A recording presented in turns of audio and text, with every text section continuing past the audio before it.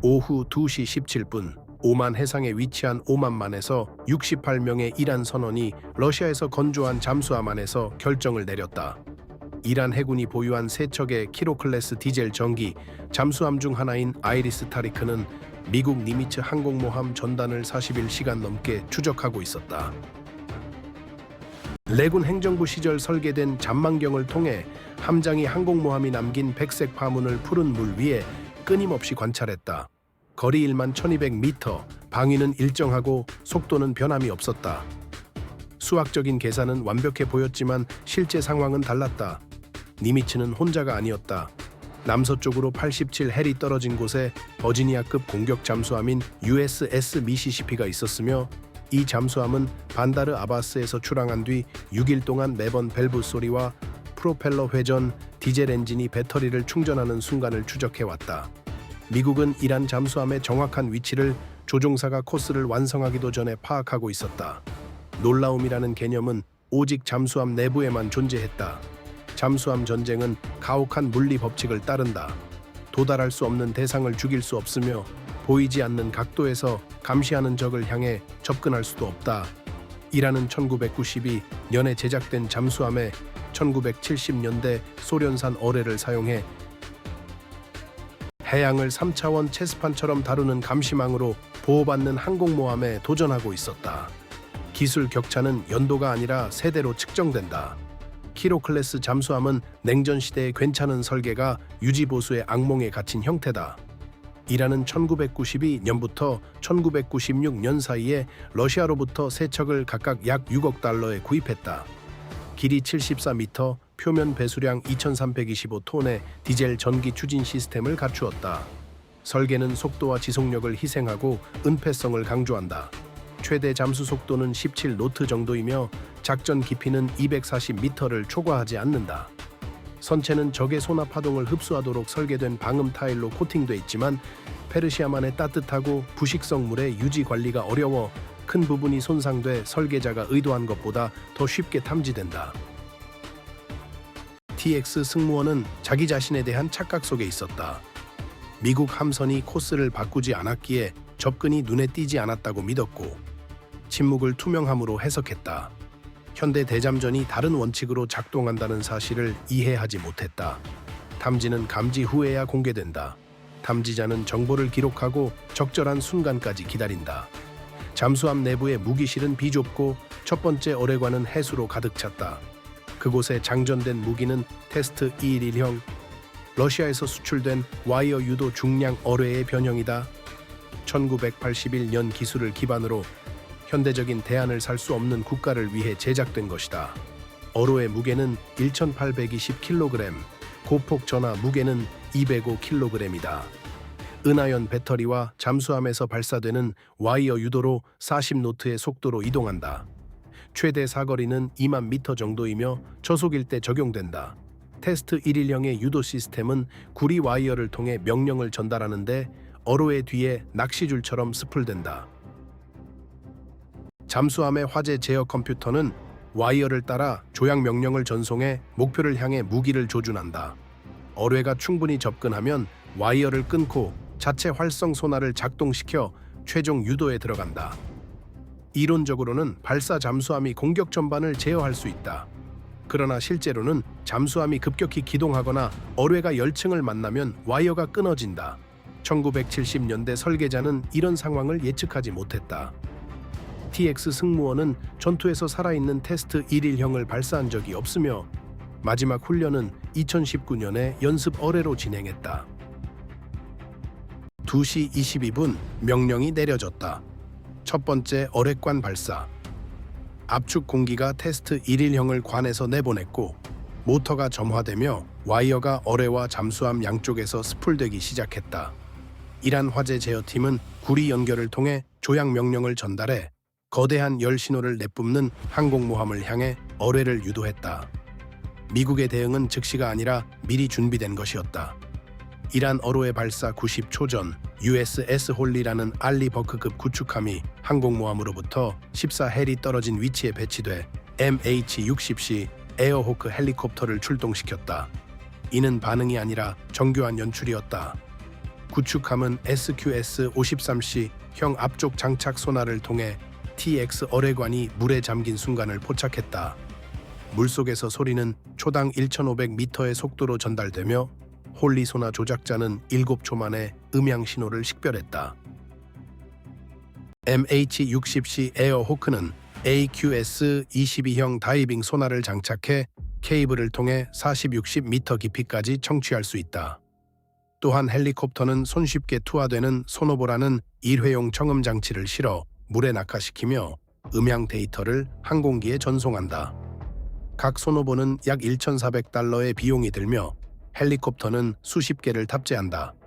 헬리콥터의 임무 시스템은 실시간으로 음향 데이터를 처리해 표적 정보를 암호화된 데이터 링크를 통해 함선과 잠수함에 공유한다. 발사 후 3분 20초 안에 헬리콥터는 어뢰와 항공모함 사이에 8개의 소노보를 격자 형태로 투하했다.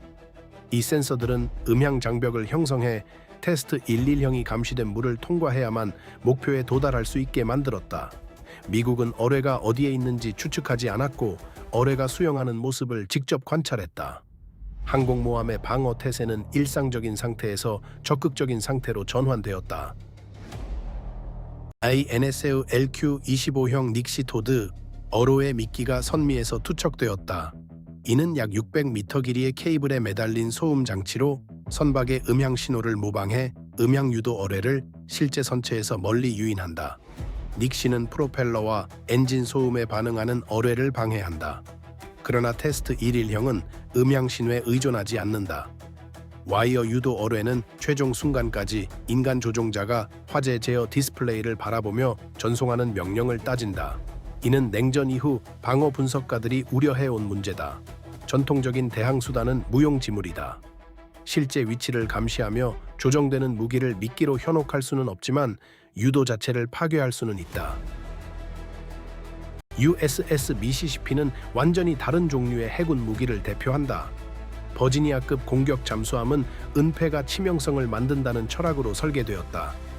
길이 377피트, 잠수시 배수량 7,835톤인 미시시피는 크기는 크지만 소음은 거의 없으며 펌프제트 추진 장치는 전통적인 프로펠러가 일으키는 캐비테이션 소음을 없앤다.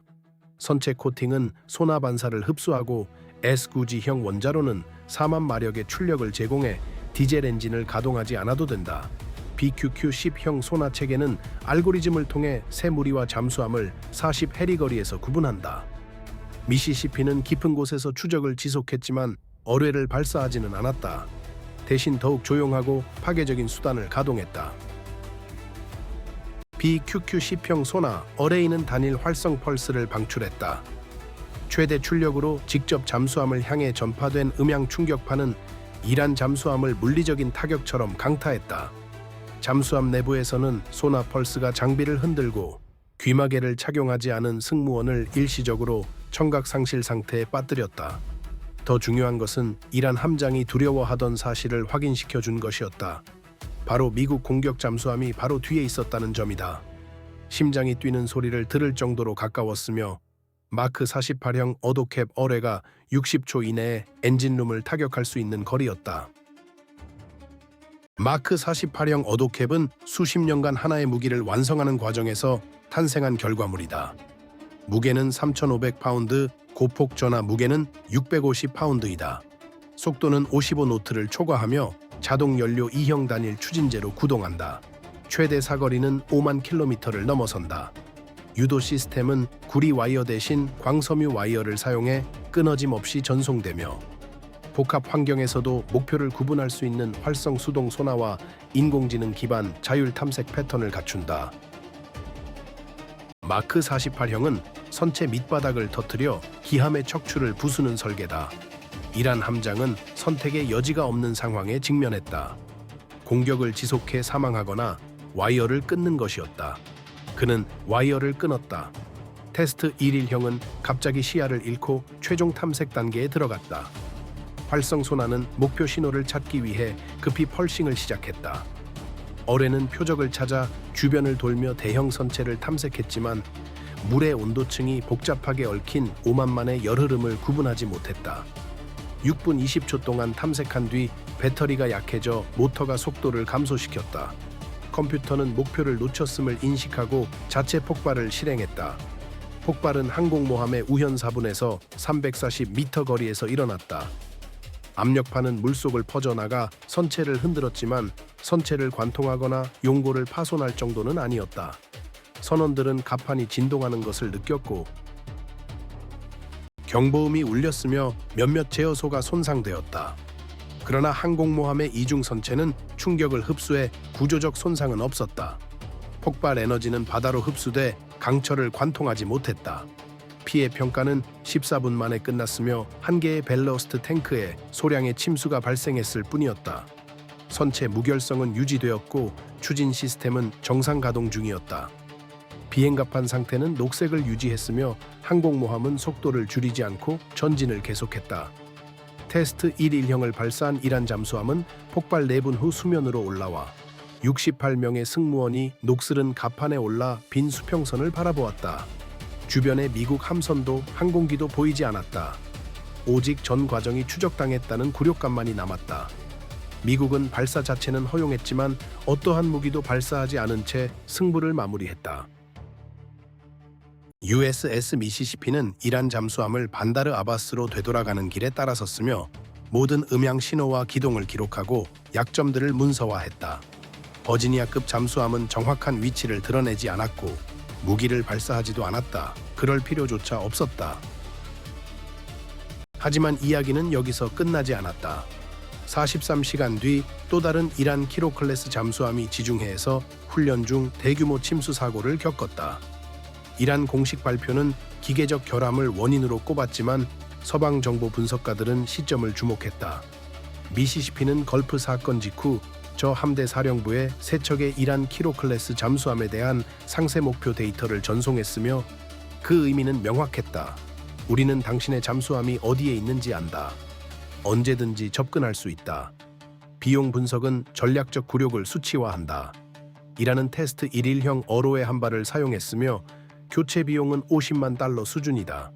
6일간의 작전 비용에는 연료, 승무원, 지원 등을 포함해 약 $270만 들었다. 어로의 발사 후 겪은 음향 충격으로 인해 승무원들은 심리 상담이 필요할 것이며 앞으로의 훈련은 이란 잠수함의 움직임이 미국 감시망에 투명하다는 사실을 반영해야 한다. 미국 측은 활성 소나 한 번만 사용했으며 전기 비용은 무시할 수준이었다. 소노보 8개는 각각 $1,400로 총 $11,200를 소모했고 헬리콥터 운용 비용도 포함해 전체 소모품 비용은 $15,000 미만에 그쳤다. 무기도 발사되지 않았고 사상자도 없었으며 항공모함 구조에도 손상이 없었다. 투자 대비 수익은 이란 잠수함이 미국 항공모함 전단에 미치는 위협이 사실상 제로라는 점을 완전히 입증한 것이다. 실제 계산은 금전적 이익이 아니라 음향 지문을 통한 전략적 억제력이다. 이란 잠수함이 6일 동안 만든 모든 소리는 기록 분석되었으며 그 전술은 이제 미국 목표 데이터베이스에 문서화되었다. 향후 충돌에서는 활성 소나를 사용할 필요가 없으며 다음 이란 함장이 같은 임무를 시도한다면 이미 마크 48형 어도캡이 그의 탈출 경로에 배치돼 있을 것이다. 이는 현대 해군 전쟁이 신화에서 벗어나 감시망과 음향 센서, 사전에 계산된 살상 구역을 기다리는 어뢰로 구성된다는 사실을 보여준다.